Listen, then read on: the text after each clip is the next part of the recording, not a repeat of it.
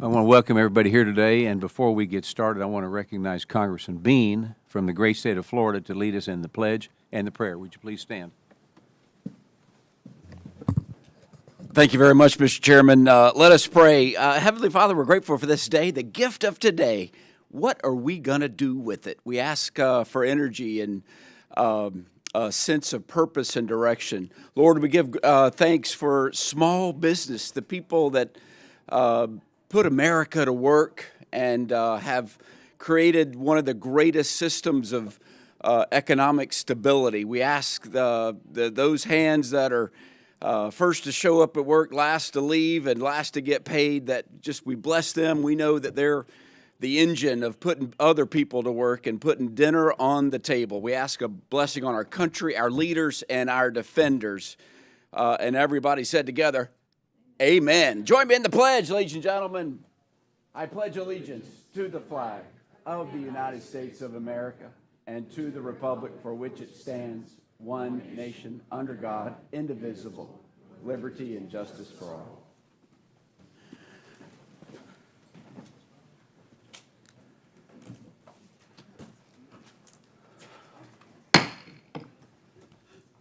I now call the Committee on Small Business to order. Without objection, the chair is authorized to declare a recess of the committee at any time. I now recognize myself for my opening statement. Good morning to all of you, and welcome to today's hearing, which will focus on how tax policy significantly impacts our nation's small businesses. I'd like to start off by thanking our witnesses for joining us today, and your attendance is greatly appreciated, and we value your input and expertise on these issues. As our nation's job creators continue to face harsh economic headwinds, we must ensure the tax code works for them, not against them. And in 2017, Congress passed the Tax Cuts and Jobs Act, the most significant changes in the tax code in decades. The TCJA lessened the tax burden on small businesses and provided much-needed relief for all Americans. When small businesses get to keep more of their money, they put it to work in either their business or their communities. I believe that the cuts fundamentally provide how cutting taxes is good for small businesses, good for all Americans, and good for our economy. You don't have to just take my word for it, though. The year following the tax law's enactment, business revenue went up and generated the highest single-year increase in government revenue since 1977. This bill also helped families.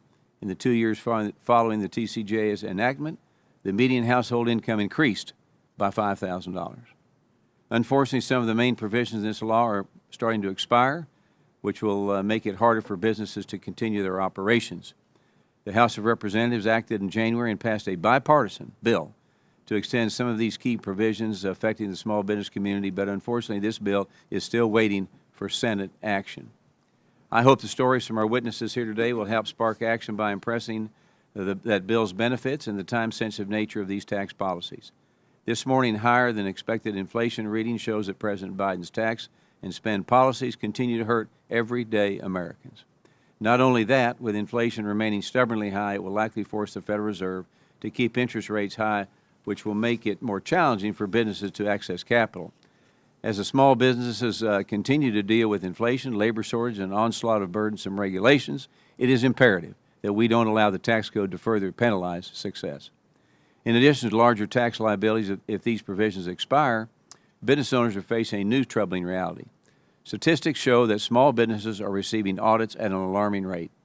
On average, small businesses owners will pay over $1,000 per year to have a CPA firm prepare their taxes, and that's money they don't have. This is just another cost that a business owner has to write off as a loss when those dollars could help build on their core business model. We in Congress must make small businesses are not forced to play defense against an overly aggressive IRS. Unfortunately, we also saw in the President's budget that he wants to increase taxes on many small businesses. We can't tax our way into economic growth and need to let our job creators do what they do best and generate economic activity for their communities and everybody. I'd like to once again thank our witnesses for being here with us today. I'm very much looking forward to our conversation.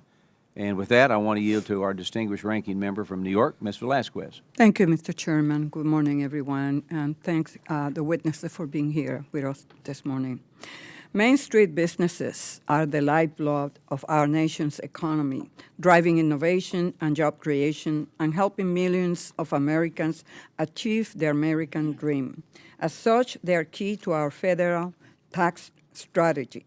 When our tax system works for them, it brings the most value. However, despite their fundamental importance, small firms are often used as bargaining chips in the discourse around tax reform, while wealthy individuals and large corporations cash in. As a result, our tax system has grown increasingly complex and uncertain, and Congress is forced to jump from one tax extender package to another. Meanwhile, our Main Street firms are left with a convoluted and onerous tax code, for which they need to hire outside professionals and spend substantial funds. Unfortunately, this was especially the case in the Tax Cuts and Jobs Act of 2017. While the main priority for this legislation included a permanent 40% rate cut for the largest, most profitable companies in history, small firms got a complex and temporary 20% deduction. And it sunsetted. It was grandfathered. And while many small companies have undoubtedly received benefits from the 199A deduction, nearly half of the overall benefits goes to the top 1% of income earners. My hope is that come 2025,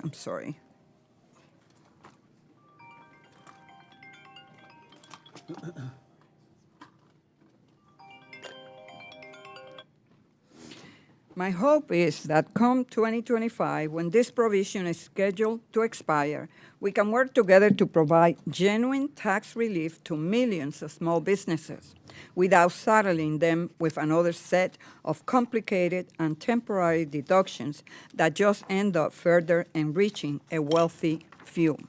Meanwhile, Democrats will continue advocating for a tax system that is both fair and fiscally responsible.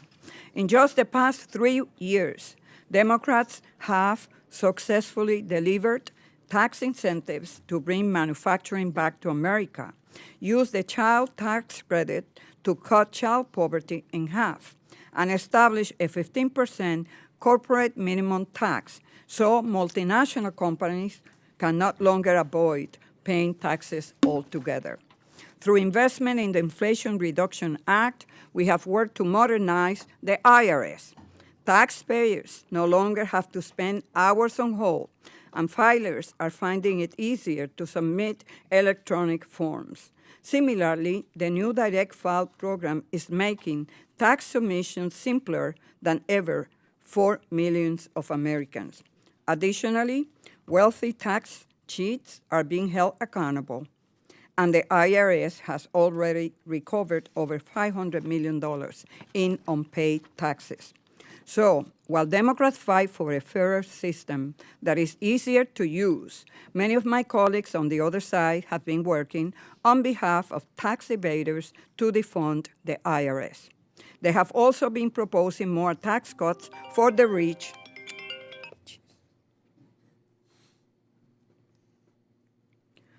They have also been proposing more tax cuts for the rich to pay for their cuts to essential programs like Medicare, Social Security, and the Affordable Care Act.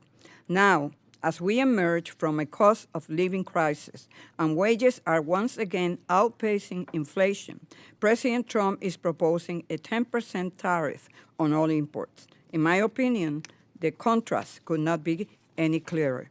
With that said, I am encouraged by the bipartisan shown earlier this year when we passed the Tax Relief for Workers and Families Act, which not only extended the child tax credit for working families, but delivered extension for valuable small business provision like full and immediate expensing on investment in machinery and R&D.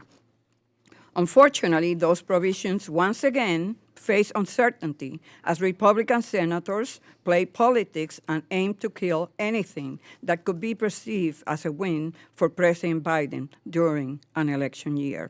I look forward to working with the chairman to ensure this legislation gets passed, and I look forward to hearing from our witnesses about how best to support small firms using the tax code. I yield back, Mr. Chairman. He yields back, and I will now introduce our witnesses. Our first witness here with us today is Dr. Aaron Hedlund. Dr. Hedlund is an associate professor of economics at the Daniel School of Business at Purdue University, located in West Lafayette, Indiana, and the research director of the American First Policy Institute, located right here in Washington, D.C. Additionally, Dr. Hedlund is a research fellow at the Federal Reserve Bank of St. Louis and chief economist at the Show Me Institute, the only think tank in Missouri dedicated to promoting free markets. Dr. Hedlund was the chief domestic economist and senior advisor at the White House Council of Economic Advisors, where he helped design and execute emergency economic measures during the COVID-19 pandemic. Dr. Hedlund earned his bachelor's degree in economics and math from Duke University and his Ph.D. in economics from the University of Pennsylvania. I want to thank you for joining us today, even though you had some Baylor history, right? And we look forward to the conversation ahead, okay? Our next witness here with us today is Mr. Raymond Huff. Mr. Huff is the president of HJB Convenience Corporation, located in Lakewood, Colorado. Mr. Huff founded HJB Convenience Corporation in 2004, purchasing the chain of Russell's convenience stores, all located in high-rise office buildings. He is also the principal of Tenderfoot Software, which created the software used by Russell's convenience stores. Prior to owning his company, Mr. Huff was president of Trans-Pacific Stores Limited, where he operated Russell's convenience stores. He currently serves as vice chair of the ConEx-US Advisory Board. Mr. Huff earned his degree in accounting and business management from Howard University. And thank you for joining us here today, Mr. Huff. We look forward to the conversation ahead. Now, our next witness today is Chuck Wetherington. Mr. Wetherington is the president of BTET Technologies, located in Hanover, Maryland. For over 2 decades, Mr. Wetherington has served as president of BTE Technologies, a small manufacturing firm which produces medical device equipment. Since buying the company in 2001, Mr. Wetherington has brought new products to the market while dealing with ever-changing and burdensome regulations.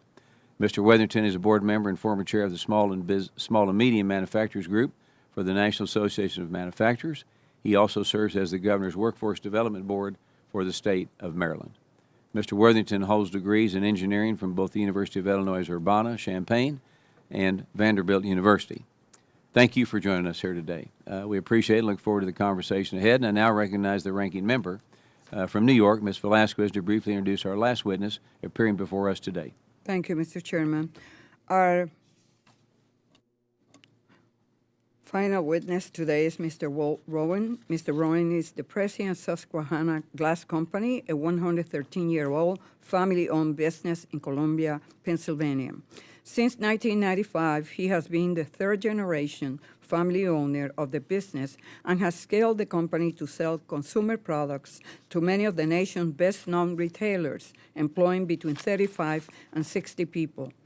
Mr. Rowen is also the co-chair for Small Business for America's Future, a national coalition of business owners and leaders working to provide small businesses a voice at every level of government. Thank you for being here today, and welcome. Thank you, and we appreciate all of you being here today, very much so. Now, before recognizing the witnesses, I'd like to remind them that their oral testimony is restricted to 5 minutes in length. We stick with that, okay? If you see the light turn red in front of you, it means your 5 minutes have concluded, and you should wrap up your testimony. And what you'll hear this to just help you remind, okay? And also, you're going to see members coming in and out. We may have a full house. We may have not so full house. No reflection on you. There's other committees happening, so people will come and go, and that's normal as we proceed. So with that in mind, I now recognize Dr. Hedlund for 5-minute opening remarks. Good morning, Chairman Williams, Ranking Member Velazquez, and members of the committee. It is truly a privilege to engage with you today on this issue of taxes and not college basketball. My name is Aaron Hedlund. I have been an economics professor for more than a decade. And from 2020 to 2021, I had the privilege to serve as the chief domestic economist and senior advisor at the White House Council of Economic Advisors. The views expressed today are my own. Before jumping in, I'd like to establish some economic context for our discussion. Put simply, America is in the midst of a policy-induced cost of living crisis. One way to describe inflation is as too much money chasing too few goods, which means there are two basic ways to end the crisis. The first is to address the too much money part by withdrawing excess demand. The most natural way to do this would be to stop government overspending. But with the reckless fiscal policy of the past few years, the Federal Reserve has had to step in with its own painful medicine of interest rate hikes to tame demand. The other avenue to reduce inflation is to address the problem of too few goods by putting in place pro-growth policies that expand supply and create affordable abundance. This recipe has succeeded in the past. The 1980s supply-side revolution of simple, low, and fair taxes, coupled with regulatory reform and sound money, put an end to stagflation. The second major success of this approach occurred starting in 2017. Following years of failed attempts by its predecessor at a stimulus-driven growth strategy, the Trump administration, along with Congress, took a different approach when they unleashed the beginnings of a second supply-side revolution with the Tax Cuts and Jobs Act, or TCJA, as one of its centerpieces. The TCJA had three primary goals. One, make the U.S. competitive on the world stage and repatriate earnings from abroad by reducing what was one of the highest corporate tax rates in the developed world. Second, reverse the stagnation of living standards that families had been facing since 2007 by simplifying taxes through lower marginal rates and doubling the standard deduction. Third, boost small businesses and unleash investment across the country by lowering tax rates, creating the 20% pass-through deduction, and enacting opportunity zones. The results were a resounding success, as the economy vastly outperformed the official forecast made in 2016. Unemployment and poverty rates hit record lows, income gains reached record highs, and tens of billions of dollars of net new investment flowed into high-poverty communities. The typical American family saw their income jump by more than $5,000. Contrast that with the $4,000 decline they saw between 2019 and 2022, driven by inflation. In short, TCJA unleashed a blue-collar boom, with the biggest gains at the bottom. These accomplishments are notable, but Americans still crave further progress towards taxes that are simple, low, and fair. Simple.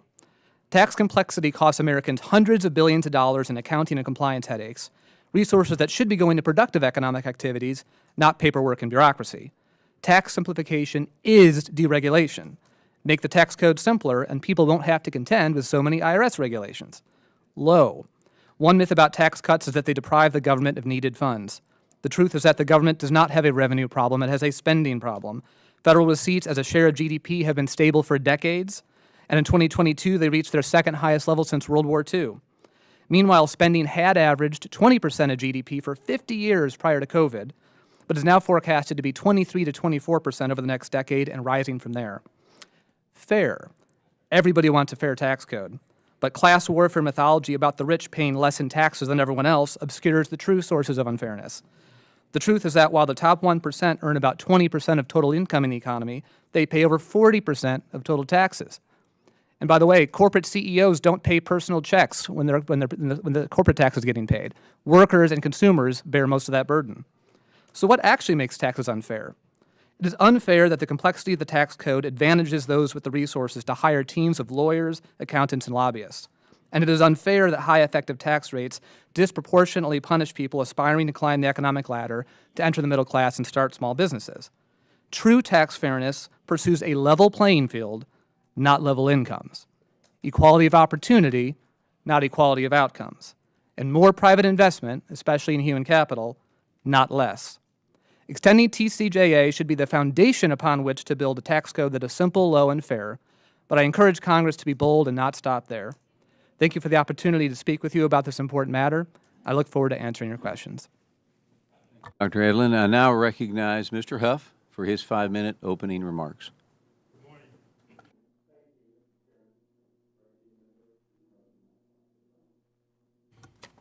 Good morning. Thank you, Mr. Chairman, ranking member, and members of the committee for allowing me to talk to you today about the 199A tax deduction.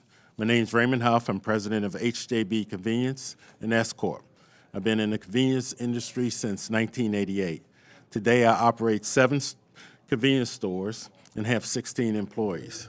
I'm here today on behalf of myself and the National Association of Convenience Stores. In the United States, the convenience industry includes more than 150,000 stores employing 2.44 million people. It is truly an industry of small businesses. 60% of the industry is comprised of single-store operators. The industry handles about 65 million transactions each day, a number equivalent to half of the U.S. population. Today, I will focus on Section 199A of the Tax Code, which provides small pass-through businesses like mine a deduction of our taxable income to help bring us into rough parity with C corporations from a tax perspective. I will cover the need for tax fairness for small businesses, the benefits of the provision for the economy, and the importance of making 199A permanent. Initially, the reduction in tax burden for Section 199A allowed me to reinvest in my business, expand to open new stores, and hire more employees. It did what it was intended to do. It created a level playing field, and that level playing field is better for my employees and my customers. Then came COVID. My stores are located in commercial office buildings, and these employees are now working from home, taking away my customers. Prior to 2020, I had 23 stores operating in major cities, but had to close 2/3 of those stores due to low or no office occupancy. The 199A tax deduction and other provisions of the law allowed me to invest in technology that allowed me to keep some of those stores open. However, other than in 2018 and 2019, I have not made a profit and have not been able to use Section 199A. I am not alone. I've seen many other businesses located near mine in the central business districts struggle for years. My main message to you is do not pull the rug out from under me just when I'm finally starting to recover. Many small businesses, including mine, need the 199A tax provision to stick around so we can get healthy again. The prospect of losing the benefits of this tax law is very troubling. If my business is faced with a significant tax increase at the end of next year, it would set my business back in a way I really can't afford or plan for. A 20% or higher increase will require me to slow or cancel my store reopenings, hiring plans in the future. This is just the stimulus that 199A and bonus depreciations were meant to spur. They allow small businesses to invest, expand, hire, and compete with the big boys. The tax code should not favor my larger competitors. Without 199A, those large competitors would have a better effective tax rate and would be able to invest those funds, allowing them to have an unfair advantage in the marketplace. That's not right. I can hold my own, but I do need a level playing field, and 199A for the first time leveled that field. We should all want that. Small businesses are the backbone of the U.S. economy. I urge the members of this committee and all members of Congress to recognize the urgency of this pending tax increase and take action to allow for proper business planning. The business community needs certainty, especially small businesses like mine. Waiting to resolve this issue would certainly not be as beneficial as extending and making those tax provisions permanent now. Thank you for your time today. I welcome your questions. Thank you, Mr. Huff. I now recognize Mr. Wetherington for his 5-minute opening remarks. Good morning, Chairman Williams, Ranking Member Velazquez, and members of the committee. My name is Chuck Wetherington. I'm president of BT Technologies, a 40-person medical device manufacturer near Baltimore. I appreciate the opportunity to testify about the importance of pro-growth tax policy for manufacturing in America. This is actually my second time I appeared before this committee. My first appearance was almost 6 years ago at a hearing on how trade policy affects small manufacturers. Thank you for having me back. I'm pleased to see that this committee is still focusing on policies, specifically tax policies, that are impacting small manufacturers throughout the country. The most important message I want to leave you with today is that small manufacturers need consistency from Washington. Straightforward, predictable tax laws means I don't have to spend time locked away with my accountants trying to figure out the rules of the road. Instead, I can get out on the shop floor and focus on growing my business and creating quality jobs in our community. In 2017, Congress was able to take stale, outdated tax code and update key provisions to reduce taxes on small manufacturers. Tax reform put the U.S. on a path towards years of consistent, predictable tax policy. The Tax Cuts and Jobs Act drove a new wave of economic activity and industrial expansion. BTE and many of our peers in the industry experienced historic growth in the years between tax reform and the pandemic. But as we saw with COVID, the world in which small manufacturers operate can change in an instant.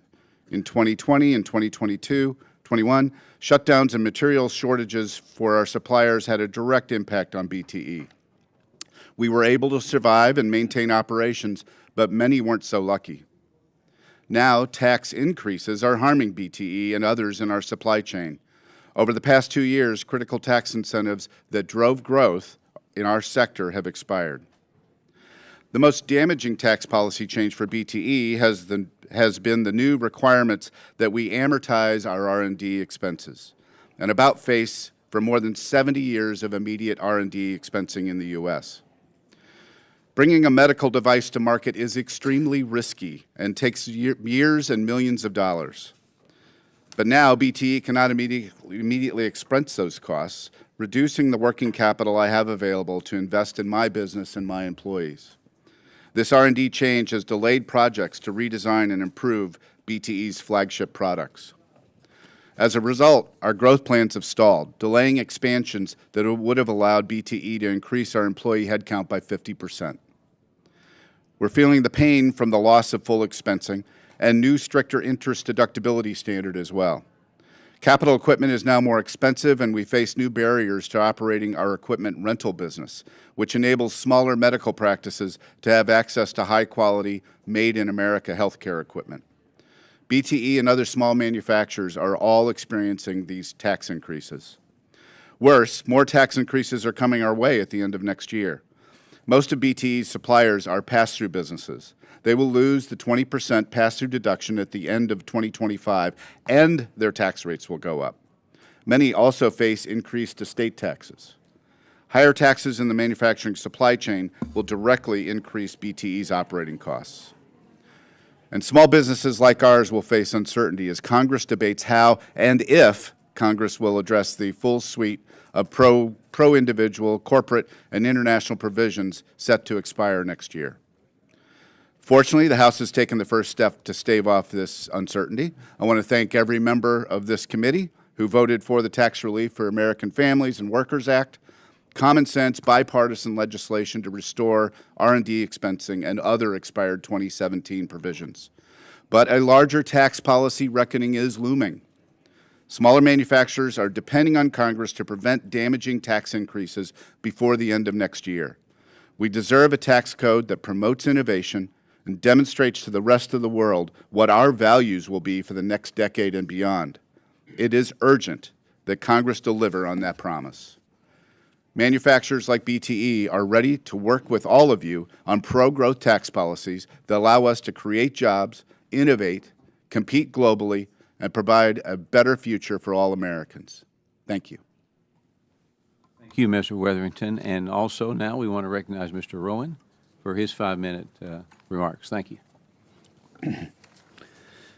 Good morning, Chairman Williams, Ranking Member Velazquez, and members of the committee. My name is Walt Rowen, and I'm president of Susquehanna Glass Company in Columbia, Pennsylvania. And I'm co-chair of the Small Business for America's Future, a national coalition of small business owners and leaders dedicated to providing the strong voice for small businesses at every level of government.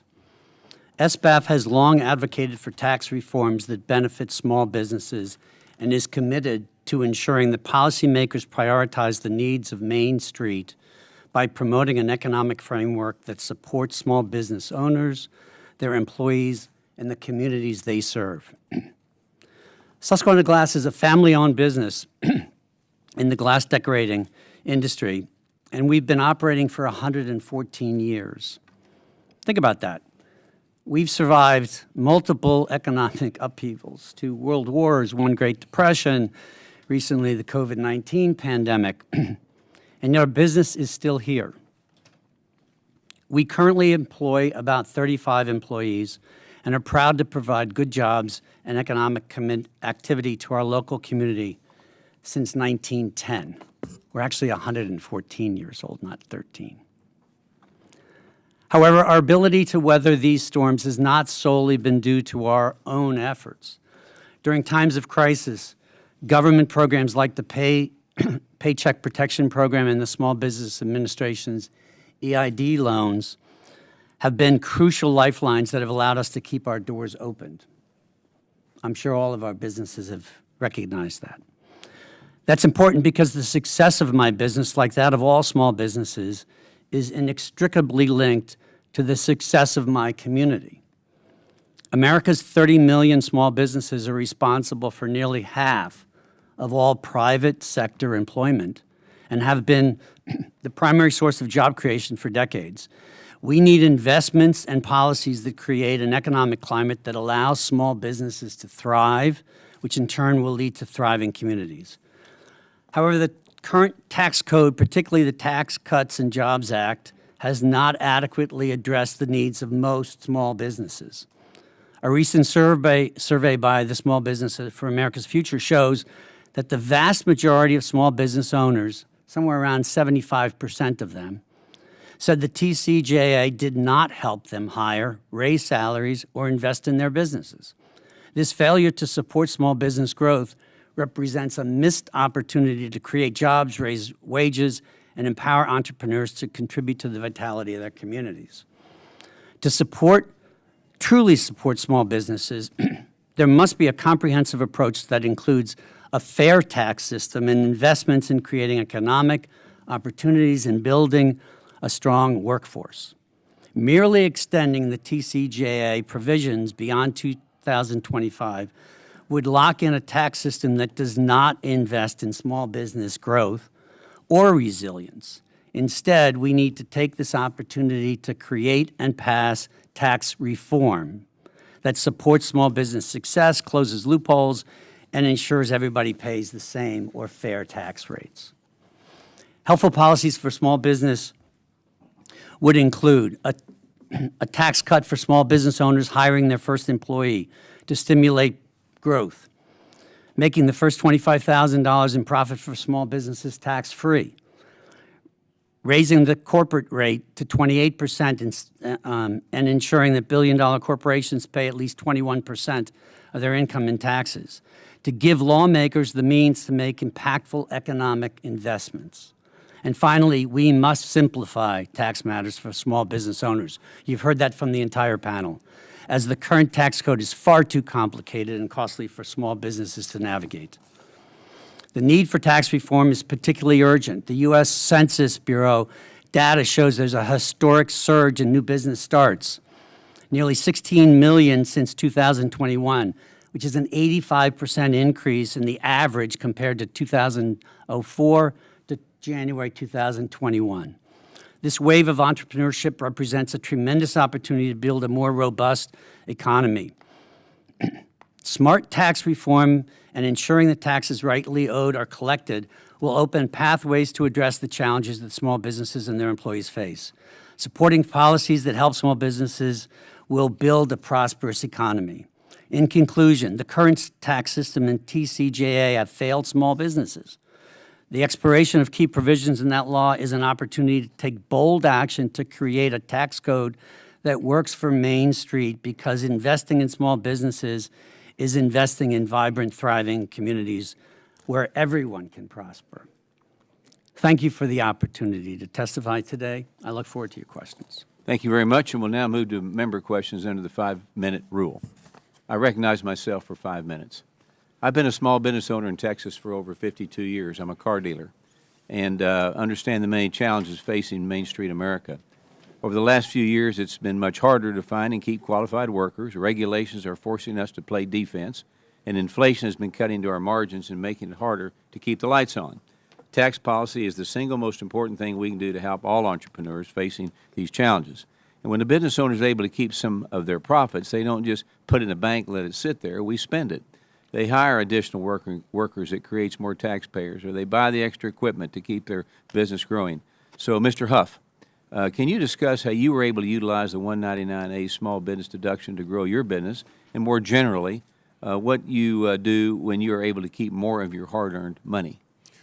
In my case, I wasn't up on tax law, and my CPA in 2019 called and says, you invested in equipment and did a self-serve store, and the 199A and the bonus depreciation is available to you. I said, what's that mean? He says, it means you have more cash. I was shocked. I call that an Easter egg. I did not know that was going to be the effect. Doing that, having that extra funds, I then invested in 2019 in additional technology that actually paid to keep my stores open during the COVID times. So the 199A and the bonus depreciation helped me tremendously in those 2 years. Competition is what drives the small business economy, and at the end of the day, your customers will tell you if you are doing a good job or not as a business owner. We don't need the government telling us that. And if you offer a superior product at a lower price or better customer service, you will keep people coming back, and your business will survive, and they will tell others. Unfortunately, we've seen increased government mandates that are making it more difficult for businesses to compete. When a business owner is forced to hire a compliance officer to ensure that they understand the ever-changing web of regulations, or an account to deal with an audit firm, an overly active IRS, it's time and resources away from their core responsibilities. So, Mr. Hedlund, can you elaborate on how simplifying the tax code helps both American families and businesses thrive? Absolutely. This is a critical task, and it's made more critical by the fact that we are in the midst of this cost of living crisis, which is entirely artificial. It has been created by reckless policy over the past few years. And I'll return to one of my remarks, which is that tax simplification is deregulation. Tax simplification is tax fairness. Right? Fairness is about a level playing field where you don't have to hire teams of accountants and lawyers to do your taxes, but it's a lot simpler. And the TCJA helped with that, for one, by doubling the standard deduction. So prior to TCJA, 50% of joint filers itemized their taxes. They had to go through and look at all the receipts and look at what gets deducted. After TCJA, it fell to 12%. Right? That benefits small business owners as well. So this is why we need to start with extending TCJA and go further than that. Now, I've got a limited amount of time here, but Mr. Wetherington, as you've grown and developed your company, how has the R&D tax credit contributed to your success? Because as you said, you're highly regulated and a long way from bringing a product to the shelf. So how has the tax credits contributed to your success? So the key to me in R&D are my technical people, my engineers, my software developers, and the clinical staff that I have to help in the development of those devices. It's key for me to know that some portion of that expense that I have that is not current revenue yielding, it's future revenue yielding, that I have some return on being able to invest that. R&D is inherently risky. I don't get a win with everything that we go through making, and it's critical that we have that. Other nations around the world have that. We tend to fall behind in how we've done that, particularly with moving to amortization. Since we've moved to amortization, the rate of growth of R&D in Europe has doubled the rate of growth of R&D in the United States. So it's critical that we refocus on that.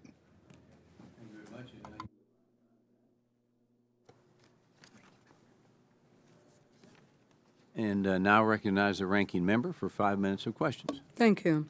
Mr. Rowen, your organization's recent survey found that 72% of small businesses say that overall the tax code favors large corporations over small businesses. As we consider tax reform over the next 2 years, what can we do to restore trust in the system and deliver benefits for true small businesses? Thank you for that question. Everybody knows tax codes are complicated. They have to be complicated, but they don't have to be overly complicated. I believe that things like depreciation, quick depreciation, immediate depreciation is essential for small businesses to survive. There's no question, almost everybody in the business community would say that. What I think I disagree with is the idea that the tax code itself, what the rate of taxation is for a business, is the most important thing to that business. Because the reality is, businesses only pay that when they're making profit. So I, for one, since 2020, haven't made any money. So the tax rate that I'm paying right now doesn't mean a thing to me.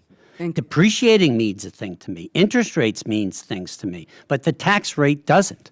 So focusing just on tax rate doesn't make sense to most small businesses because most small businesses actually are not making a lot of money. Thank you.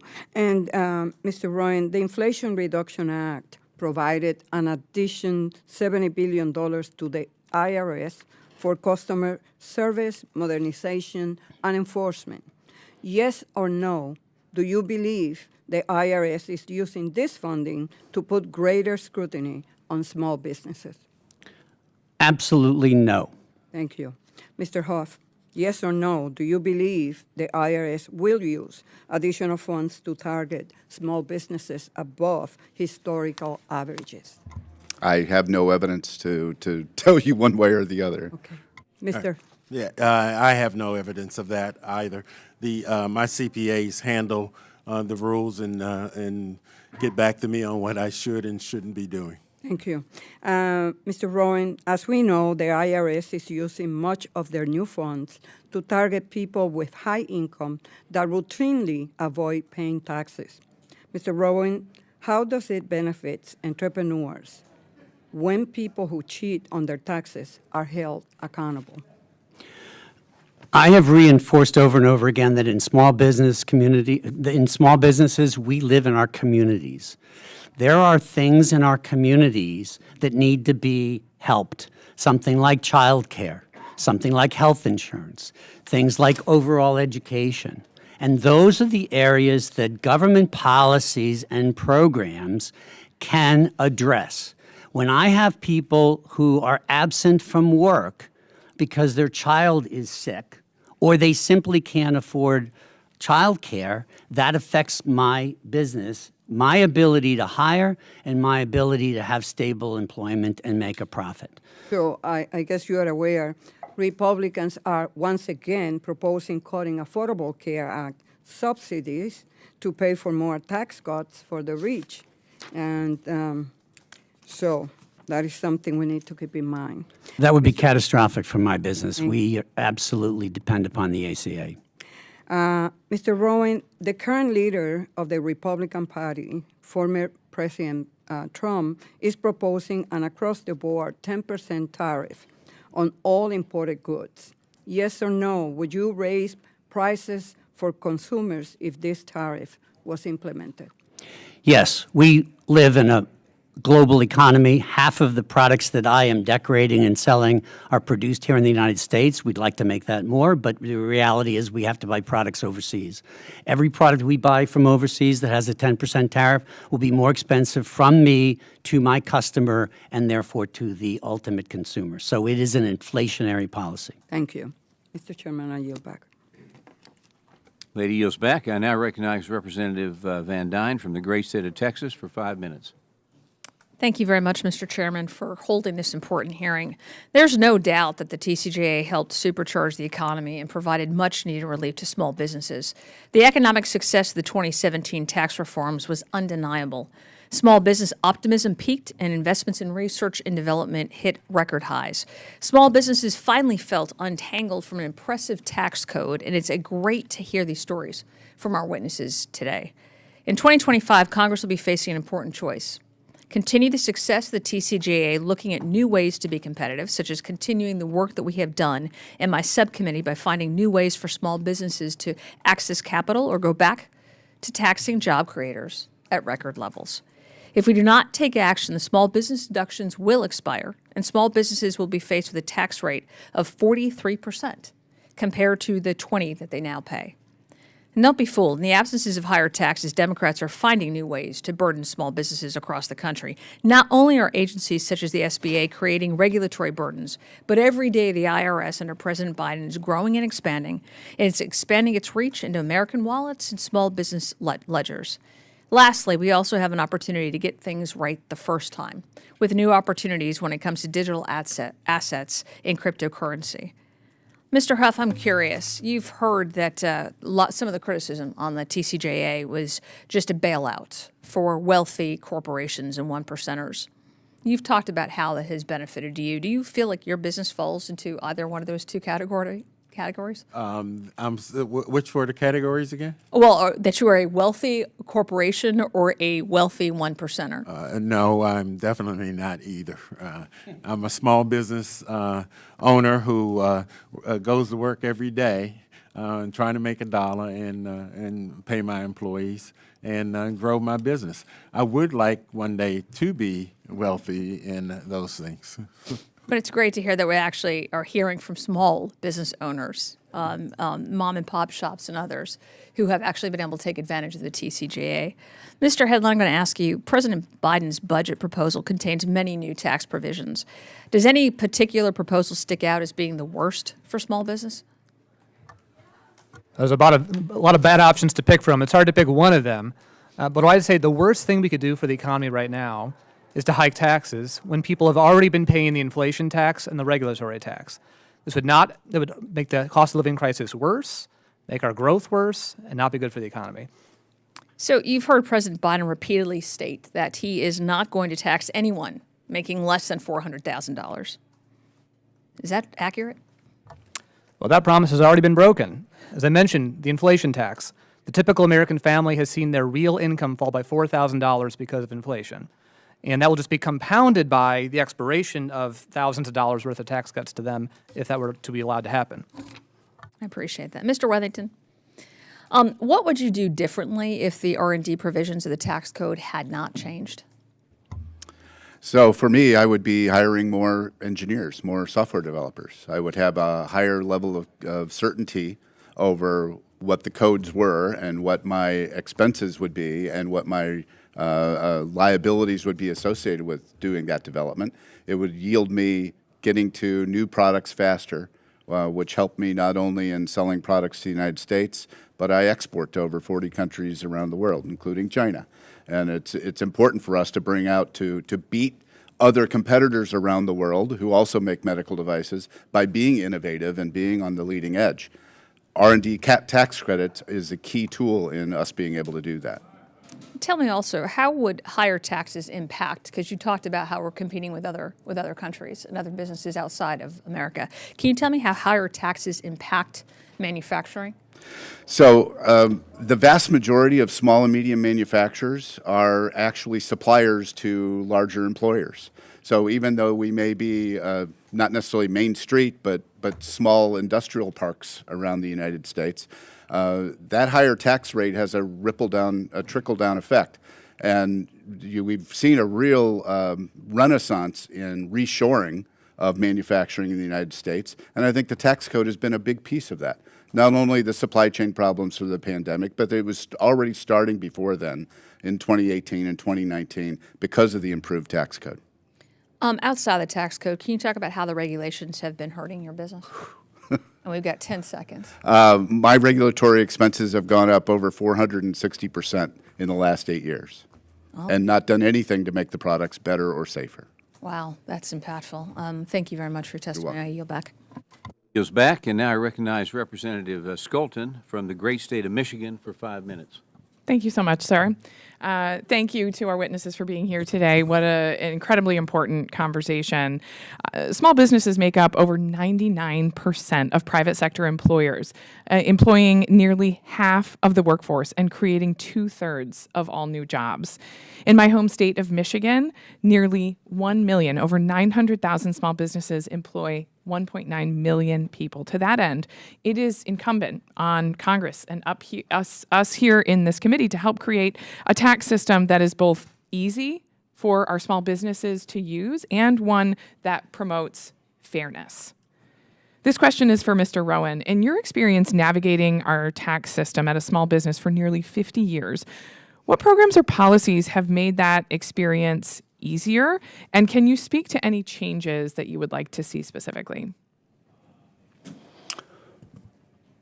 Boy, I'm not quite sure how to respond to easier. We're a large enough company that we employ an outside accountant, and he is bringing all the complexities of the tax laws to us. We don't have to we have bookkeepers that do our books, but the tax codes, but there have been, they're just crazy. And I'm not meaning to interrupt, but none is a perfectly appropriate answer. If that is your genuine yes, that is my answer. What can we do?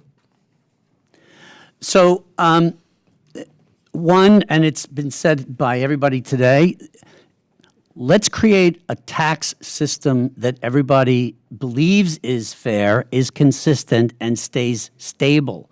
Because every year, every 2 or 3 years we change, that throws all of us into chaos. Absolutely. And, you just said it yourself. You hire an outside accountant, right? Yes. Not many small businesses have that luxury, right? This Congress, we've heard from a lot of small businesses about labor shortages and supply chain issues impacting their ability to grow and thrive. I hear about that back home in West Michigan as the number one concern, maybe number two only to access to capital. Mr. Rowen, again, as we continue to bounce back as a country, can you describe how you think we could potentially use the tax code as a leverage to alleviate the workforce shortages that small businesses have been struggling with in recent years? What changes would you like to see? What avenues are already there? And how can we use this to our advantage? So I think some of the things we've talked about today that actually are still in the TCJA, I would absolutely encourage to stay in. So things like having the being able to write off quickly, things like, but the two things that are the most important things for me with employees is healthcare and childcare. Yeah. If we could have better healthcare and childcare programs, that would make an enormous difference for the vast majority of small businesses that I'm familiar with. Heard. Thank you so much. I yield back. Lady yields back. I now recognize Representative Bean from the great state of Florida for 5 minutes. Mr. Chairman, thank you, Mr. Chairman. A very good morning to you. Good morning, Small Business Committee, and to our witnesses. We're glad to have you here. Welcome to your nation's capital. I've only been in Congress 15 months, a little over a year, and I've learned that Bidenomics is taking its toll on main streets in Northeast Florida, where I represent, and really all across America. In fact, with the exception of Joe Biden, I don't believe there's one single American who objectively believes that our nation is headed in the right direction. To all of you small business owners that are been struggling with Bidenomics, I want to tell you something. There is a light at the end of a tunnel. Now, many small business owners will say, is it a train? It is not a train. It is the potential tax relief in the Tax Relief for American Families and Workers Act. The House has already passed it, a bill that is both family-friendly and business-friendly, and we are poised to deliver big, momentous change in Washington and all across America. The provisions of this bill have a track record of increasing wages, providing more job opportunities, and helping American businesses become more competitive, more productive, more innovative, and in turn generating a tremendous economic boom in their communities, whether you're in research and development or in the convenience store business. As Americans continue to suffer under back-breaking inflation with an uncertain economic future, I believe the bill, the tax relief bill, the Tax Relief for American Families and Workers Act will provide much relief, opportunity, and certainty. So let's get to the questions. In 2017, Congress passed and President Trump signed into law the Tax Cuts and Jobs Act, which was the first major reform in the U.S. tax code since Ronald Reagan did it in 1986. Sweeping reform updated the tax code to benefit individuals and companies of all sizes. This tax cuts was incredibly successful and provided much needed relief for Americans. Unfortunately, the bill passed under reconciliation, which bypasses the 60-vote threshold, and now the program was temporary. We're soon to see all of the great work expire. So my question, Dr. Hedlund, if Congress allows the provisions of the Tax Cuts and Jobs Act to expire, what will be the impact on American businesses? That's a great question, and it would be a very damaging impact because we saw what positive progress that law provided. $5,000 plus in income gains for the typical family, with bigger gains at the bottom. People with less formal education, people with non-managerial jobs, people at the lower end of the income distribution had faster gains than at the top. So if we let the TCJA expire, we can expect to see less investment, lower wages, and lower overall prosperity. Very good. Thank you very much. And to Mr. Wetherington, can we agree America has always been on the forefront, cutting edge of inventing things, making the world better, making quality of life for everybody, and that comes with research and development. Is it true that our tax code now is punishing people who do research and development, and if we don't make changes, we're going to see America fall further behind the rest of the world in research? What do you say to that, Mr. Wetherington? That's absolutely true. Manufacturers are inherently problem solvers, but we want to focus our problem solving on things about what we're manufacturing. We don't want to focus our problem solving on a new tax code or on changes. So it's predictability and consistency that we really need out of Washington.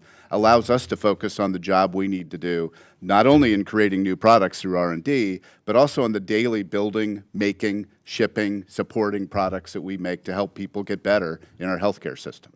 Tid for. So we've got to act, or we're going to go further behind the rest of the world. The priority is urgent. Amen. No, thank you for saying that. Mr. Huff, I just want to say thank you and congratulations to you. 7 stores. I know your family's proud. 16 people are getting a paycheck. They're putting dinner on their table because of you. Is crime a problem at convenience stores right now? Not in my stores, and but generally crime is I think coming down, but I'm not sure about that. If I could speak to hold on one second. My final question. We're going to flip it back to you. Okay. The Inflation Reduction Act, Dr. Hedlund, has been poised, even at this committee, how great it is for small business. Isn't it true that spending $1.3 trillion under the Inflation Reduction Act has greatly enhanced inflation in these United States of America? Yes, it should be called the Inflation Creation Act. Thank you very much. Mr. Huff, we'll get back to you next time. Thank you all for coming forward. I yield back, Mr. Chairman. Gentleman yields back. I now recognize Representative Chu from the great state of California for her 5 minutes. Mr. Rowen, I'd like to ask you a question. I also serve on the Ways and Means Committee, which has jurisdiction over the tax code, and I so appreciate your small business perspective on how a tax code geared towards corporations and the wealthy does not trickle down to small businesses and workers. In fact, that's why Democrats have fought to end trickle-down policies and instead invest directly in workers and small businesses. And that's why we continue to advocate for expanding the Earned Income Tax Credit, or EITC, and the Child Tax Credit. These are two of the most powerful tools at our disposal for not only reducing poverty, but also helping more Americans enter the workforce. Unfortunately, Republicans' Tax Cuts and Jobs Act did nothing to strengthen the EITC, and Republicans in the Senate are refusing to consider even a modest improvement to the child tax credit that the House did pass on a bipartisan basis. So can you talk about why it's important that the tax code support workers and families instead of just corporations and the wealthy? What benefits might small business owners and prospective entrepreneurs experience if Democrats' EITC and CTC expansions under the American Rescue Plan are made permanent? So in the small business world, believe it or not, taxing is not one of the most important issues that we deal with day to day. It's employees, it's consumers, it's how do we get our products out. But more than anything else, primarily as a manufacturer, we have to have employees. And if we don't have consistent, dependable employees, we don't have a business.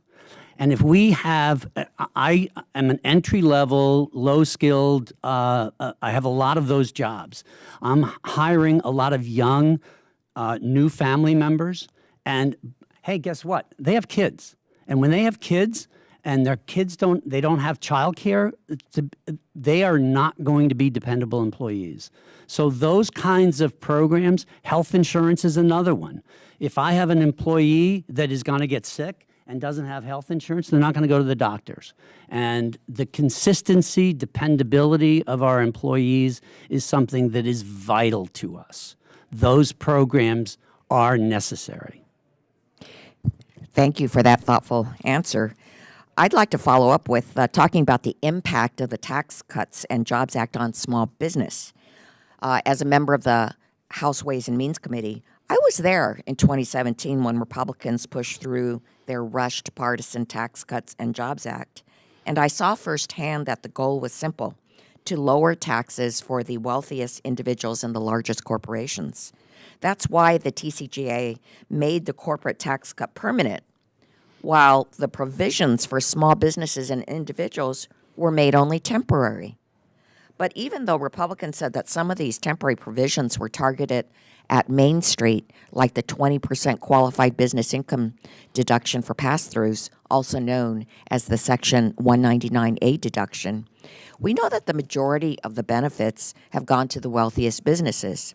In fact, the Joint Committee on Taxation estimates that in 2024, 61% of that benefit will go towards the top 1%. And businesses in the bottom two-thirds of income will only get 4% of the benefit. That is in part because the TCJA created a number of complex rules that made it harder for small businesses to navigate the tax code and actually take advantage of these potential deductions.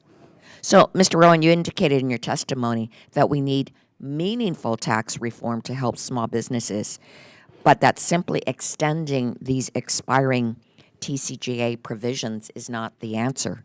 Can you expand upon some of the challenges that small businesses faced in navigating the TCJA's provisions? How would small business owners, and especially the smallest and most underserved, stand to benefit if Congress finally moves past the TCJA and instead pursues a fairer tax system? So we can talk about what fair means. And I think that we believe as small business owners that if everybody is doing the same thing and paying the same amounts, that's fair. The fact is that the corporate tax rate had been at between 30, the top rate had been around 35 to 39%, and a 40% reduction took it to 20%, 21%. The small business community only got a 20% deduction as a pass-through. And you just look at those numbers, and any economist and any layperson can understand that that wasn't fair. And the fact that one was permanent, Gentleman's one was time not is up. permanent, was also not fair. You back? Thank you. I yield back. Thank you. I now recognize Mr. Meuser from a state that's represented well here today, the great state of Pennsylvania, for 5 minutes. Yeah, thank you, Mr. Chairman, very much. Thank you all. It's great discussion, really important. A lot of different ideas, but you can have a lot of different ideas, but facts are facts, I guess, right? When the Tax Cut and Jobs Act went into effect, yes, the corporate tax rate came down. For some reason we want to beat up on small businesses that become large businesses. That's how it happens. All large businesses were once small businesses, and they grow. As Mr. Huff said, that's the whole idea. When the corporate tax rate came down to 21%, the whole world got far more competitive than the United States of America. That's why right afterwards, we saw almost $1 trillion in repatriation come back. And by the way, many small businesses have large businesses as either their suppliers or their customers. So it all needed to be reviewed. Now, we're the Small Business Committee, so that is in fact where we want to focus. So let me just ask you this, Mr. Wetherington, and we had some past business similarities. I was in the home medical equipment business. So when you receive your 20% reduction and you had your 100% R&D deduction, and carried interest could be written down, when you were showing more revenues in the end, more net income, what'd you do with it? It went right back in the business. Of course. I would have bet and knew exactly what you were going to say. Went right into the business. You hired, you invested, you grew, you became stronger, more built to last. Okay, that's where employment comes from a business that's figuring out how to not only sustain itself, but also have some level of profitability. And that's by all means what the TCGA did. I mean, there's no question about it. The 20% reduction, the R&D reduction. Now, the idea is it was a bipartisan vote here in the House, but that this is going to be, removed. I mean, it's not being taken up in the Senate, and President Biden's showing no interest in carrying it on. And they're not carrying it on because the messaging continues to be that this did nothing but help billionaires, right? And the super rich. And yet I go to more chamber meetings as a former small business person that grew into a somewhat larger business, and I never have one person out of a group of 150 say to me, boy, that Tax Cut and Jobs Act really was detrimental to me. I'm sorry it happened. No, they're saying bring back the R&D, bring back the bonus depreciation, keep our 199A in effect. Mr. Huff, let me ask you something. What if after COVID and everything else, when you're speaking of the 20% reduction, A, what if that never occurred, and B, how devastating is it going to be if that gets eliminated? Well, I can testify today that for the first time, the 199A actually brought funds to my corporation that I was able to invest, and I believe that if I didn't have that, I would not be sitting here today as a business person. It gave enough funds that I was able to invest in technology and open up self-serve stores that are still currently operating. Yeah, great, thanks. Mr. Wetherington, R&D tax credit, very important. I was looking at your products. Of course, a lot goes into that. Design engineers, all types of engineers, electronic EEs. That gets reduced, or even now with the 20% over a 5-year period. How has that affected your business, your profitability, your hiring, your growth, and your R&D investment? Well, as I stated in my testimony, this is slowing us down from bringing out major redesigns of our 2 flagship products that represent 80% of our product revenue. Our expectation is that we're going to grow by 50% once those launch, but we continue to have to push those out because of the inability to cover the expenses without the assuredness of having the R&D tax credit. It's back to predictability, and consistency in what the code is. Absolutely. Amen to that. Mr. Headland, you, in your work, and you're working on the TCGA, just related to inflation, when the former administration, Trump administration, was talking about tariffs and getting to 0% tariffs and reciprocal tariffs, was there inflation back in the Trump days because of that? Leaving 2020, inflation was under 2%. It wasn't until 2022 that we got to 40-year high inflation. Thank you very much. I yield back, Mr. Chairman. Gentleman yields back. I now recognize Mr. Representative Landsman from the great state of Ohio for 5 minutes. Thank you, Mr. Chair, and thank you all for being here and your testimony. The bill that we just passed was a bipartisan bill, and it put back on the books and or expanded a number of things that I think we all in this room would agree were hugely important, and the Senate should pass what we already passed. The president is very supportive of this. This, of course, is the R&D piece of all of this, which we have been pushing for in this committee in a bipartisan way, and thanks to the Ways and Means folks for getting it done and getting it to the floor. Being able to deduct the interest payments when interest payments are so high right now, it's been such a burden for small businesses, families in general. So being able to do that was really important. The child tax credit, hugely important to help families pay all their bills, and oftentimes those dollars end up back with our small businesses. So it's really good that they're in the pockets of our families as opposed to up here or somewhere else.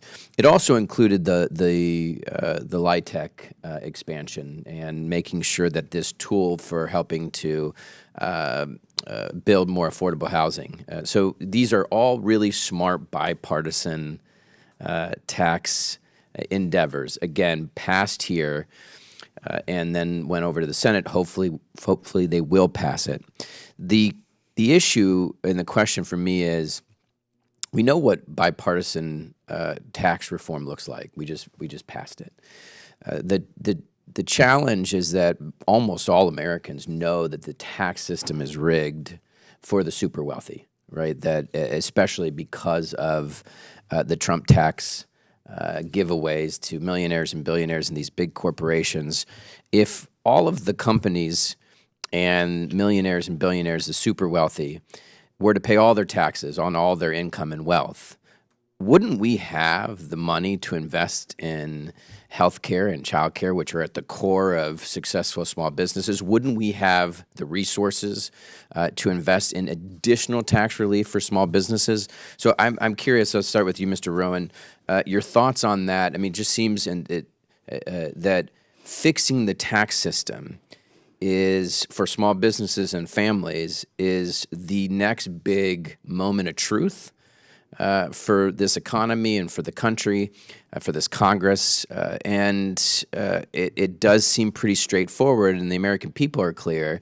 Make those who are super wealthy pay all their taxes on all their income and wealth, and then put us in a position where we can invest in childcare and healthcare and more tax relief for small businesses. We keep going back to bipartisan tax reform, and gosh, all of us would like that to happen. The question becomes, what's fair? And again, what I say is the small business community that we represent is not coming today to say, we don't want the changes that the TCJA gave to the small business community in deductions, in the pass-through 20%. It's not like we don't want those. Those were helpful, absolutely. Yeah. We all accept that. Yeah, exactly. But the bottom line is that the small business community is basically being taxed at about a 28% rate. And we also know that the corporations are being taxed at the 21% rate. If. And the average corporate tax rate is closer to 10%. Correct. So that's not, in the American eye, fair. We know that tax policy can incentivize business development. We know that. We just have to figure out how to do it. And small business people recognize that childcare, health insurance, making our communities stronger, government policies that do that do help small businesses. And we grow when those programs are working. Anyone else?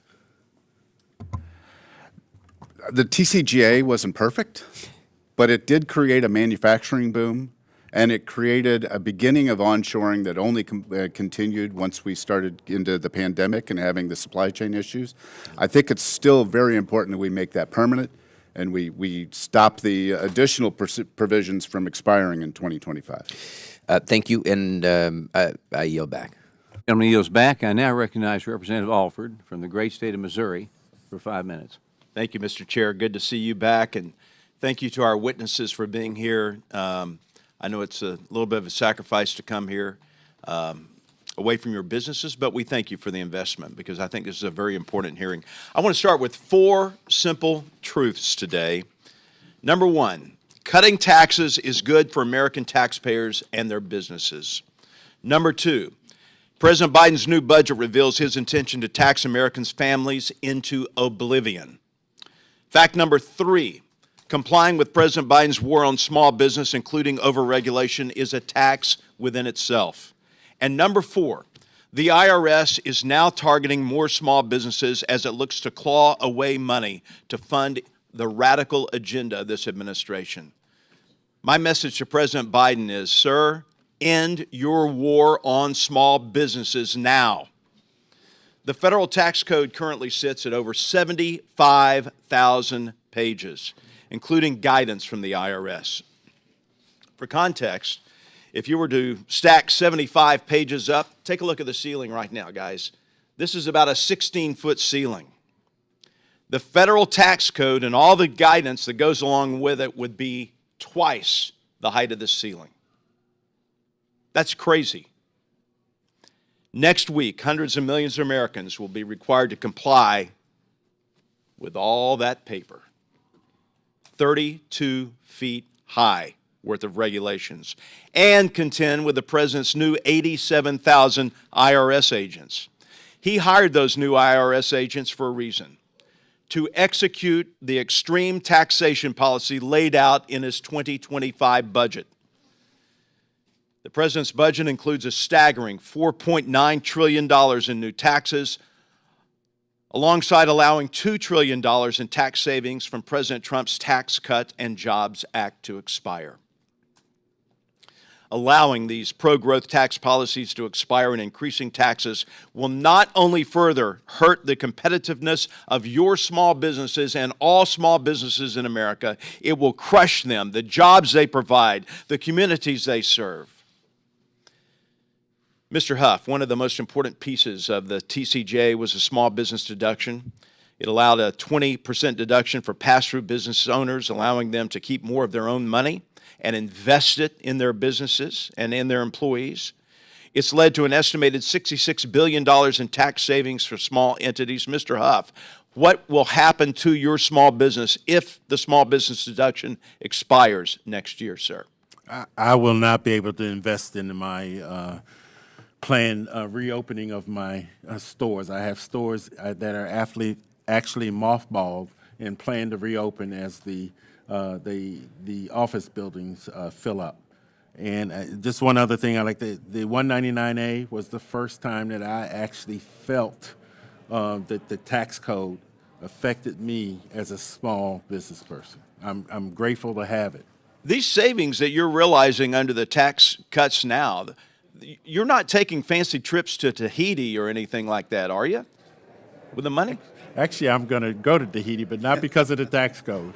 So. You are investing this in your business and the people who work for you. That's absolutely correct. We reinvest in our business, and I actually have to do that because I'd like to get back to 23 stores across the United States. Mr. Hedlund, our farmers are the backbone of our nation, working sun up to sundown. In Missouri, we had 5 years ago 95,000 farms in Missouri. Now we're down to 87,000. Our food security is our national security. We're losing 1,000 farms a month in America. And a key policy keeping these businesses, these family farms going, is the stepped-up basis, which allows a son or daughter to inherit their family farm without paying the devastating tax bill. President Biden wants to do away with this in his budget, and it's going to hit adversely, two-thirds of the family farms. What impact will that have on our ag industry, do you think? It'd be a very damaging impact. We've seen overall prices go up by 20%, and food prices have gone up by more than that. And that's just part of a trend. This administration has also talked about taxing unrealized gains, which would be similarly devastating to the economy. Well, I appreciate your answers. Mr. Huff, have a good time in Tahiti. I appreciate I wish I could go with you, but I just got back from spending a week in Israel, and I'm telling you what, we need to pray for those people in Israel and support them. Thank you so much. Mr. Chair, I yield back. Gentleman yields back. I now recognize Representative Thanedar from the great state of Michigan for 5 minutes. Thank you, Mr. Chair. And I have a couple of questions for Mr. Rowen. When I ran a small technology business in Michigan, buying equipment was very critical.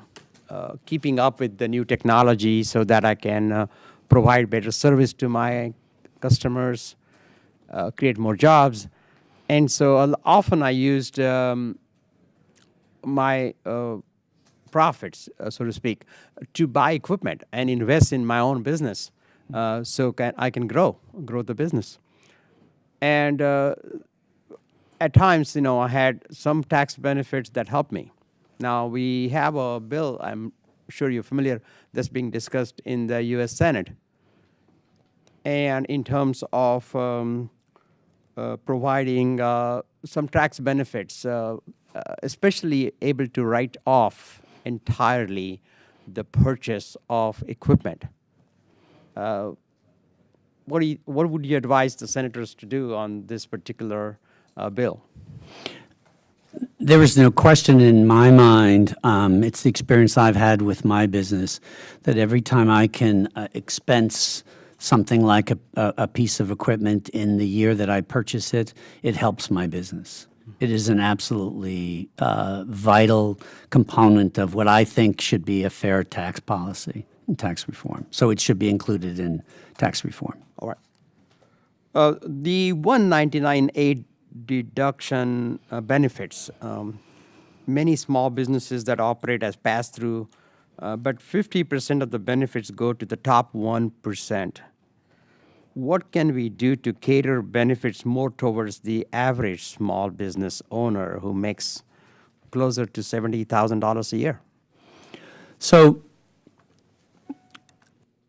one of our proposals is to take the first $25,000 worth of income on a business and make it tax free.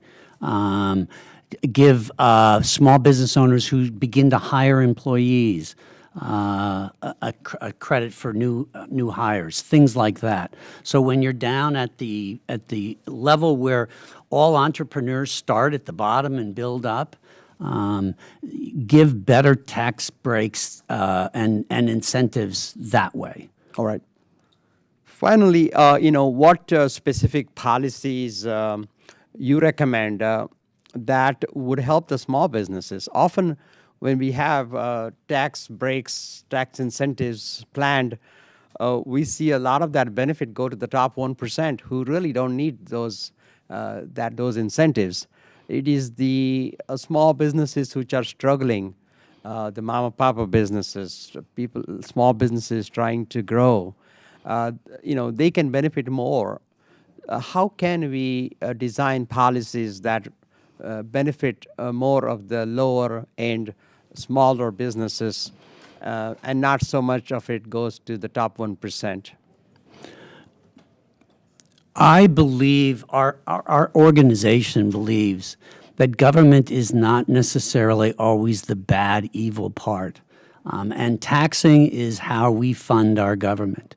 We've just experienced 5 years worth of a pandemic that would have crushed most businesses. My business would not be here today I would bet you these two gentlemen sitting next to me, their businesses very possibly would not be sitting here today, be in business, if we didn't have the protections like the PPP funding and the Small Business Administration EIDL loans. Those are the things that backstop the American economy, and that's what America needs to be. We need to strengthen that. Thank you, Mr. Rowen. And Mr. Chair, I yield back. Gentleman yields back. I now recognize Representative LaLota from the great state of New York for 5 minutes. Thank you, Chairman, for your leadership and for getting us together today to hear about the challenges that small businesses face regarding our tax code and the uncertainty in it. I want to thank our witnesses for being here today. I want to spend my 5 minutes today addressing an issue that is paramount to my Long Island constituents, and that is the state and local tax deduction, otherwise known as SALT. Long Island is already one of the most expensive places in the country to live due to incredibly high state and local taxes. Specifically, New York State has the dubious distinction of having the highest effective income, sales, and property tax rates in the country. It's not even close how bad we are in our state. Now, that's a problem mostly created by Albany politicians and nobody in this town, thankfully. Nevertheless, the complex federal tax code presents challenges to small business and individuals like many of my constituents. And to help provide relief to that problem, many of my colleagues and I are working to increase or eliminate the SALT deduction cap to help support our constituents. One of the first bills I introduced in Congress was my SALT Fairness and Reduction Act, which would increase from $10,000 for individuals to $60,000 for individuals, $120,000 for married couples, and would also index that for inflation. This, many think, is common sense legislation that provides tax relief to those who need it, specifically small business and middle-class families, who are having to cut costs every day. I made a promise to my constituents that I wouldn't support any tax package here in the House without a reasonable SALT fix. And since day one, I've made that clear to every one of my colleagues. Unfortunately, earlier on in this Congress, the Wyden-Smith tax package did not have any reasonable fix for SALT, and I was forced to vote no on that package. Not giving up, however, many of my New York Republican colleagues and I then fought tooth and nail to ensure that a vote on a SALT increase got to the floor. We proudly introduced the SALT Marriage Penalty Elimination Act that would remove the marriage penalty and raise the SALT deduction cap to $20,000 for joint filers who have an adjusted gross income of $500,000 or less. Sadly, this dysfunctional town, every single House Democrat who previously said they were very much in favor of an increase in the SALT deduction, and specifically 14 New York House Democrats voted against that and blocked that bill from even coming to the floor. It was pro-family, pro-worker, pro-American legislation, and the dysfunction of this town, the partisanship of this town, prevented that from moving forward. This leads me to my first question, Mr. Hedlund. So you're from Purdue. Sorry about the game the other night. A vast majority, you guys finished second in the world. That's very good. A lot better than last year. Yes, sir. A vast majority, I understand, of small businesses are pass-through entities, meaning income is reported on from the business owner on their individual taxes and is taxed under the individual income tax. Is that correct? That is correct. This means the limitation, the personal income tax code, like the SALT cap, directly negatively impacts the business. Is that correct? They are affected by that provision. And it's a negative impact. They get to deduct less. They get to deduct less. Which means they have to pay more. Sure. And does anybody want to pay more? No one I've encountered. Okay. We agree on that. Would you agree, moving on, would you agree that a double tax, where the federal government and then later on the state and local governments tax the same income, that a double tax is unfair? So I would take a little bit of a different view there. I would say if there's a federal taxpayer living in Texas and one living in New York and they have the same income, that the one in Texas should not have to pay a higher federal tax because of the bad decisions that New York government is making. Great point. I've heard that from some of my colleagues. Now, what would you say about return on investment? If you're going to analyze, in your words, that a Texas taxpayer, God bless Texas, shouldn't have to subsidize the largesse of Albany politicians. I generally agree with that concept. But what would you say if the analysis then said that this town sends more back to Texas and some other states than they send back to New York based upon the revenue it collects from those? Specifically, New York State is a donor state, meaning that for every dollar a New York taxpayer sends to the federal government, we get a mere 85 cents back. In many of those same states who claim they're subsidizing my state's largesse, they're getting $1.25, $1.50, and $2. Would you say that's unfair, sir? I'd say that the money going back to a lot of these states, no one's really feeling the benefits of it. Government's way too big. So I'm 100% on board with you about we need to reduce the tax burden on everybody. Great. Let's talk about the marriage penalty real quick. So certain parts of the tax code disincentivize marriage, and specifically with respect to the most recent adjustment in the SALT code, the limitation is $10,000 regardless if you're an individual or you're married. So one person gets to deduct $10,000 from their taxes, but two people who happen to be married get to deduct the same $10,000, not $20,000. Is that fair, sir? I'm definitely against marriage penalties. Great. With that, I yield back, Mr. Chairman. Gentleman yields back. I now recognize Representative McGarvey from the great state of Kentucky for 5 minutes. Thank you, Mr. Chairman. Appreciate this hearing today, especially given that Monday, let's not forget, is tax day. So this is everybody's friendly reminder. It is coming, whether we want to admit it or not. Mr. Wetherington, I appreciate your statement that the tax code must be simple, consistent, and must support job creation here in America. I couldn't agree more. We need a tax code that is accessible to every American. And I think everyone needs to pay their fair share. It is not viable, and I think it's certainly not fair that the top 10% of earners are oftentimes taxed at far less than teachers and firefighters and people below. And let's look at let's look at what the tax code and what's happened recently. Trump's tax plan was a massive windfall for large multinational corporations. By implementing a flat 21% tax rate, President Trump gave some of the largest, most profitable corporations up to a 40% break on their taxes. But this is the deal. We're in the Small Business Committee. They did this while subjecting the smaller businesses and C corporations who were previously taxed at 15%, a tax increase. So that 21% tax rate that they imposed, a flat tax, it lowered it for the biggest corporations. It raised it for many small businesses. I've got twins at home, and so I say this all the time. It can be fair, right? It can be equal without being fair. And that's what's happened. They made the tax rate equal, but it is not fair to our small businesses and our entrepreneurs who are trying to grow their businesses. It's not hard to see why, right? When signing his corporate tax giveaway into law, President Trump said corporations are literally going wild over this. You heard that quote correctly. Not people are going wild over this. Not Main Street is going wild over this. Our largest corporations are going wild over this. And unfortunately, under the plan, it's not just people and programs that will suffer. The Congressional Budget Office estimates that with a full extension of the Trump corporate tax giveaways, deficits will rise up to $3.5 trillion, the highest percent of GDP outside of a war or a recession. We simply can't afford to do that. And it will be a wasted opportunity to improve our tax code if we do.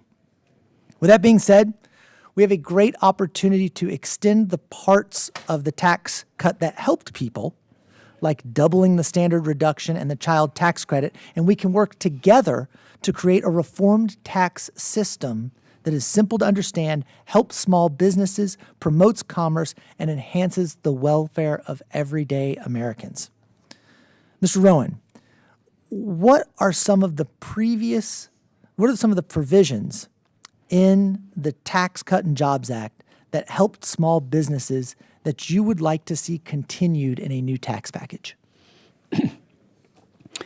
Well, I do think the 199A 20% reduction was good. I think the 100% amortizing, taking those deductions right away, those are good. There's a lot of provisions.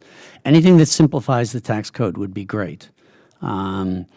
But again, we do believe that if you simply leave this law in place and keep the corporate rate at 21% and give back to the small businesses their 20% reduction, you're still creating this uneven balance where small businesses are effectively being taxed at somewhere around 28%. And corporations are still at 21%. In my brief time remaining, we talked about deficits. We talked about that. We heard Mr. LaLota talk a little bit about recipient states and that sort of thing. I can tell you I'm from Kentucky. And last week, a few weeks ago, there was a study by the Republican committee that proposed budgets that would cut Medicare, Social Security, and the Affordable Care Act. In Kentucky alone, there are almost 1 million people enrolled in Medicare, more than 500,000 receiving both Social Security and ACA benefits. How do programs like these alleviate the workforce shortages that small businesses have been struggling with in recent years? We can't compete with big businesses that can give health insurance to their employees. We just can't. Yep. We've finally fallen below 50 employees, so we don't have to have our own health insurance, which we had to carry for years, and very few people in my company were actually able to afford it. And Mr. Chairman's being nice. I say my time has expired. I yield back. Gentleman yields back. I now recognize Representative Molinaro from the great state of New York for 5 minutes. I apologize to the witnesses that you had to get double teamed by New Yorkers, although my colleague adequately divided the two of us and said Trump as many times as he could, and I appreciate the fear in which he expected to instill upon all of you. But let me offer that, Mr. Chairman, we appreciate the time today, this hearing, and certainly to each of you. This is an important moment for small businesses. As we know, we're going to have to advance a tax policy that assists American families and American small businesses. Now, I was actually, as a New Yorker, very proud to vote for the Tax Relief for American Workers and Families Act. This bill, I think, is the first step to delivering relief to millions of Americans, and I was encouraged to see it come together in a bipartisan way. I trust and hope the Senate will take action soon. I also am proud to introduce the Think Differently Small Business Accessibility Act. This bipartisan bill will expand the existing disabled access credit, which helps small businesses invest in accessibility for customers and employees of every ability. Now, these bills are proof that there is common ground to be had on tax policy, but there is a long road ahead to secure long-term extensions of the essential tax provisions that will deliver relief for families, farmers, and small businesses across the United States. Dr. Hedlund, you outlined what you refer to as the blue-collar boom in the immediate aftermath of an adoption of the Tax Cuts and Jobs Act. Actually, quite a big benefit to small businesses and entrepreneurs across the country. According to your testimony, workers without a bachelor's degree saw a 130% acceleration in earnings from January 2017 to February 2020, a big benefit for small businesses and entrepreneurs. For a district like mine, in which less than half of the workforce has a bachelor's degree or higher, the impact of this growth cannot be understated. So could you highlight for us some specific industries that saw the most growth after the 2017 adoption, and then just speak to sectors where you foresee continued growth if we can come together on extending these important provisions? Absolutely. Well, I mean, the great thing about tax relief and a more competitive tax code is that advantages all industries. Right? There are too many policies where, unfortunately, the government ends up picking winners and losers and would go for this industry, not that industry. But what we actually saw was all industries gaining. We saw a lot of investment throughout the country. And as you pointed out, it benefited especially blue-collar workers. And that's the thing with tax policy. It's not just the immediate dollars that the tax cuts themselves put in the pockets of people. It's the fact that it creates growth. And that growth has massive benefits. I appreciate you saying that, and for countless small businesses, and those who, by the way, often feel like they have the skill and the capacity, but not society's expected level of education to show the ability to succeed and to have policy that supports them, critically important. Mr. Huff, good to see you again. I hope you enjoyed the cherry trees around Washington yesterday. We had a nice. I could not find a saw, so okay. We're good. Fair enough. Don't want you taking one home. Now, you highlight the importance of the 199A tax deduction in your testimony. As you know, over 95% of businesses in the United States are what we call pass-through entities, which means the TCJA helped millions of small businesses in New York and across the United States in the form of the 20% pass-through deduction. In fact, over 47,000 business owners in my district alone, small businesses, benefited and claimed the deduction in 2020. For this reason, I proudly co-sponsor H.R. 4721. This is the Main Street Tax Certainty Act with 169 other members of the House. The bill would seek to permanently extend the 199A deduction. If that deduction were to expire today, and I know you've talked about this, so let's reinforce it. If that deduction were to expire at the end of next year, could you speak to the impact on your business and some of the decisions you would have to make should that sunset? If this the 199A and the bonus depreciation changes based upon my projections, rather than opening 9 stores in the next 3 years, I'll be only able to open 1 or 2 stores in the next 2 years. Massive benefit to businesses like yours. Now, Mr. Wetherington, the data shows that in 2018 alone, manufacturers added over 200,000 new jobs, the best year for job creation in manufacturing in 21 years. The same year, manufacturing production grew 2.7%, with December 2018 being the best month for manufacturing output. I'll run out of time, but could you, without question, the impact of tax reform on manufacturing is clear. Can you just elaborate in 10 seconds or less? Thank you for that. To your sector? Policies have consequences. When there's a high tax rate, large employers moved offshored their manufacturing jobs. The lower tax rate, large employers started reshoring. It was going great before COVID. With COVID came the supply chain issues. It continues to go strong. We've got to keep these tax codes where they are. Mr. Chairman, the Tax Cut and Jobs Act helps small businesses, and we've got to come together to ensure they continue to get our support. With that, I yield. Gentleman yields back. I recognize Representative Gluesenkamp Perez from the great state of Washington for 5 minutes. Thank you, Chairman Williams, and thank you to our panel of witnesses for being here today. So I own an auto repair and machine shop with my husband, and actually I've spent a lot of time reading, books on tax savvy for small businesses and the kinds of things that make you want to crawl into a sleeping bag under your desk and never come out. And it is actually very frustrating and alienating for me to hear from. I'll just be candid. I'm grateful you're here. It's hard for me to hear people in ties tell me that this is helping the trades, because I feel like people in my world we don't have the power to lobby for the tax cuts that would actually, right? We want a level playing field. We want a clear policy. We want to see a return to high quality manufacturing, not just fueling consumption. And I appreciate the testimony. Mr. Huff, particularly, you were making about the investment in things like coolers, machinery, and I'm thinking particularly, I'm hoping you could expand, because my experience is if you can buy the nice thing, if you can buy the work boots that will last 3 years, you've got a real asset, right? If you've got to buy the cheap thing because you're thinking about your depreciation schedule, not only does American manufacturing hurt, but we hurt in the middle class. And so I wondered if you could talk about that, talk about your experience with your capacity for hiring and retaining employees.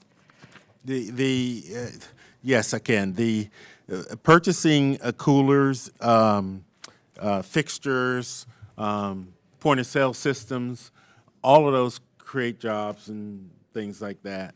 But for me specifically, it creates an environment where I can grow. I can make money and grow my business. And the 199A and the bonus depreciation actually allowed me to do more than I planned to do. I appreciate that, and I think it's important that we're able to invest in high quality equipment. But I also, when I think about the sort of stuff versus people dichotomy, I think it's really important that our communities and our small businesses are able to invest in fixing their roof, putting more insulation in their shop, things that are investing in the capital that is how communities actually build wealth in the long term. Grow your tax base, right? Make it so my shop isn't 107 degrees in the summer, things like that. And one of the things that we see a lot is, I have customers who tell me all the time, I didn't really want to buy a dually, but I needed to get above 6,000 GVW to qualify for the first year depreciation. And I'm like, let me tell you how much it costs to replace a set of tires on a dually. You know, and so really thinking about ways that we can encourage a tax policy that prioritizes investment in human capital, in people, and not just a churn of stuff. And I'm wondering, you know, to that end, who could speak on what they've seen that does prioritize investment in people, in tradespeople? Well, I would say that human capital investment is one of the most important types of investment, and it is not talked about enough. Right? We need a tax code that is overall pro-investment, and the challenge with steep tax penalties that are better now than they used to be, but we can make them even better, is that they discourage people from investing in themselves. Because work is not just the paycheck you're immediately earning, it's the investment in your own future capacity. So if we have simple, low, and fair taxes, we can get a lot more of that. And something like a small business tax cut for the first employee that they hire, or if they send one of their employees to schools, or you're just training somebody on site. There used to be programs for workforce development years ago that had tax incentives. There's all sorts of things that can be done that small business folks will take advantage of. As I open stores, I have to hire a manager, assistant manager. I have to hire associates. It's really critical that we continue to come up with tax policies that allow small businesses to grow, because that's where the growth in employment is really happening, is in the small businesses. You know, a workforce that is nimble, that has, you know, prioritizing the critical thinking, the sort of skills that you can take to any business that allow you to open your own businesses.